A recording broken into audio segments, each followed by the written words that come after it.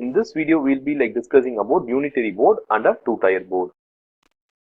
So unitary board is something which we've already discussed. It's a normal kind of a company's board. So here we have two kinds of board. One is called as the executive board and the management board. The executive board is a controlling mechanism over the management board. So the board of directors consists of the chairman, executive director and the non-executive directors. So together they are the ones who control the company. But surprisingly, the executive directors who are running the company are also part of the supervisory board. So they are also making a part of the board of directors. So this is a kind of a structure which we call as a unitary board.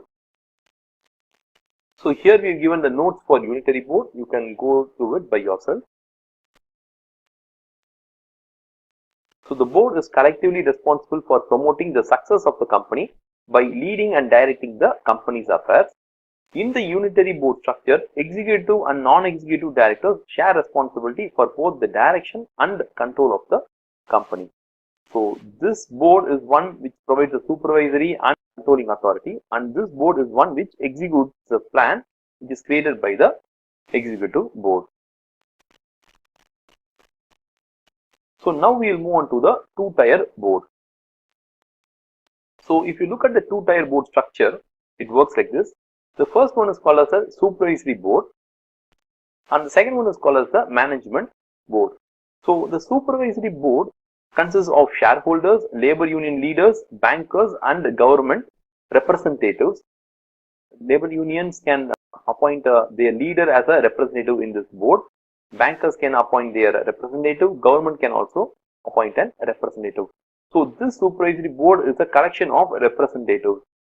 And this is the board which creates plans. This is the board which approves plans, monitors and controls the management board. So the management board, which consists of the executive directors, are the ones who are going to plan and who are going to execute the plan, and they are also concerned about the day-to-day running of the business. So it's like the executive directors plan and execute and do the day-to-day work of the company, and the supervisory board approves all major strategies and all major decisions. So that's how it works. So it's similar to the unitary structure, but the difference is there is no separate set of people called as a chairman or a non-executive directors, because these people are essentially who are non-executive people. So this is how in notes we could see it. So a supervisory board is elected by shareholders, labor union leaders, bankers and government. Generally the supervisory board guides and monitors the management board. The supervisory board may be involved in long-term strategic planning. So they are involved in planning. They are not the ones who are creating the plan. They are only involved in it. The supervisory board is in charge of the selection, dismissal, designation of the members in the management board. So these people are the ones who select and appoint the executive directors. So the management board meets frequently, often weekly, to deal with operational issues, that is the day-to-day running of the company.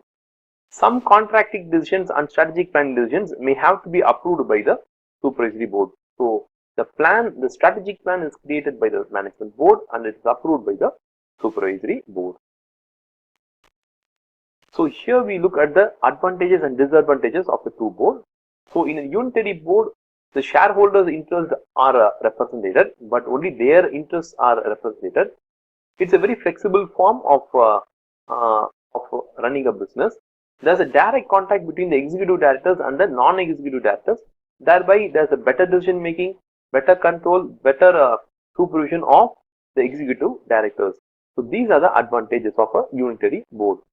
In a supervisory board, as there are stakeholders who are on top of the management board, it's capable to represent stakeholders' interest. So here you have shareholders' interest, here you have stakeholders, because there is government, there is labor union, shareholders, bankers, all of their interests are representative. And all these members in the supervisory board are non-executive people. And there is no kind of chairman role here. So these non-executive people who are on the supervisory board, they are of a are having a higher power and they act as a counterbalance to the power of a CEO. It is much more objective in nature and much more independent in nature, and there is no personal connections, enabling sound monitoring and counseling. So in the unitary board, the problem might be like the executive directors and non-executive directors can become friendly, but that kind of a drawback is not available in supervisory board.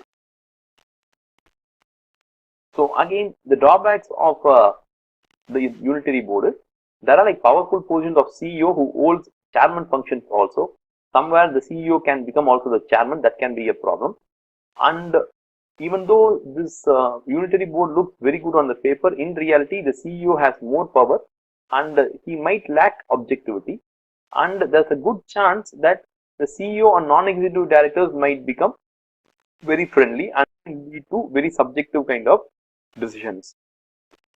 So what are the drawbacks of a supervisory board? Number one, operating this kind of structure is much of a higher cost. There's a poor flow of information from the management board and the supervisory board. There's not much of a contact. There's no executive and non-executive kind of role. There is only a supervisory kind of a board role. And the problem is the power of the supervisory board might be too high and they might start to control the CEO. So these are the problems of a supervisory board or a two-tier board. What are the benefits of having a good corporate governance? Good corporate governance leads to a good legal compliance. This ensures that the company's reputation is much more higher. It's much more trustable. As it is much more trustable, shareholders are willing to lend money or give money to this company. So that leads to lower cost of capital. It also leads to better recognition of the company, and it opens a lot of access to finance. It attracts a lot of good employees, and finally this will ensure that as the company has a good reputation, good trust, good employees, and lower cost of finance, all these leads to shareholders wealth creation. Here we look at how family firms have a corporate governance model. So this is a normal kind of a corporate governance model which is used by companies, so which we have been like discussing for a long time. But family firms have their own strengths when it comes to running their business. For example, as it is their own business and 100% they are the owners, family firms have more commitment. They have knowledge about the business. They have a plan to continue not only for the next decade but for even the next generation. And there's also a reliability, and there's a pride in the family that it is their own company and they want to do it. There's also a kind of a close partnership with the other third-party people such as customers, suppliers, community, and employees. So they don't treat them as third parties; they treat them as their partners. So these are the strengths of a family business. What are the weaknesses of a family business? So the weakness is survival. So usually what happens is only 30% of the family business survive the second generation, only 12% of them survive the third generation, and only 3% survive the fourth generation and beyond. This one is complexity. See, there's no clear-cut role of who has to do what kind of job in the company, and there are like many people who are involved in the family. They might start to interfere in the family business, and this leads to more unprofessional behavior of the business. So this can lead to more complexity. Formality, the company does not form processes to run the business because they have been running it for a long time.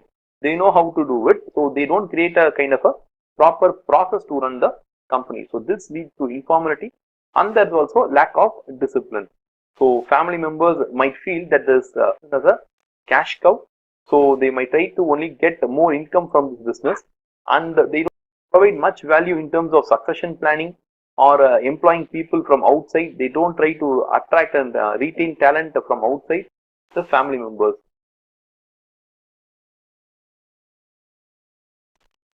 So here we look at the meaning of diversity and the benefits of diversity.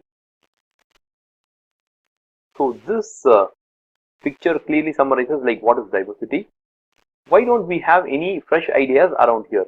See, it's a similar kind of people who are sitting here. When people are of similar nature, similar thoughts, similar background, same gender, we won't get much of new ideas. So we should have diversity. So diversity is the ways in which people meaningfully differ in the workplace include not only race, ethnicity, age, gender, but personality, preferred working style, individual needs and goals, so on. So a company should have people from various backgrounds, and those various backgrounds can be these things. So a company should actively encourage people from different backgrounds to come and work in the company. But there are still some problems when we have diversity. For example, when people are from different backgrounds, age, gender, working style and personality, we have a problem of these different people clashing. So there has to be a managing diversity where uh, people have to be taught about how to tolerate other individual differences. People have to be uh, helped in terms of how to communicate with other ethically diverse people, and how to deal with them, and even to how to manage cooperate and how to manage working with others and being cooperatively effective teams. So diversity is a very good thing for a company, but at the same time managing diversity is also an important topic. So these are the benefits of diversity. So it increases the different perspectives, it increases the creativity, innovation, it faster problem solving, it brings more reputation to the company. It also might get much of a local market knowledge and even insight. It attracts and retains the best talent because we have a larger pool of people from which we can recruit. So we are not restricting ourselves in terms of only women or only men or only white or only like black. We are trying to get the best talent. So our employees will have a flexible mindset and they might be very ready to accept change, and the change management has become a very important topic now, and people have to accept change. So diversity helps in change management also. So diverse teams make up better decisions up to 87% of the time, they say. So this is how it works. If there is all male, their decision making is only like 58%, it's correct, 42% it might be wrong. When you have gender diversity, it increases to 73. When you have age plus gender diversity, it's 87. When you have age, gender and geographic diversity, the decisions that the company makes is 87%, much more better than the baseline. So we also have challenges with diversity. I think we saw it in terms of tolerance of diversity. So challenges are like people are coming from different cultures, and they have to work in a multicultural team. The communication might be different among different people, and the working employment laws and the cost of accommodating different types of people is like difficult. People have a different professional etiquettes, and it might lead to conflicting working styles. But somewhere the role of HR is very crucial here. So the HR has to ensure that these multicultural people are working in an environment which helps the company to be creative and achieve more growth. So thank you very much for watching this video. We'll meet in the next video. So if you guys really like the video, put a like for us and share it with your friends who might find it useful. So if you guys have any queries or questions, post it in the comment section. We'll be like happy to answer them. If you guys have any other ideas for further videos, you can put it in the comment section. We'll be like creating a new video on that topic also. So thank you guys. We'll meet in the next video.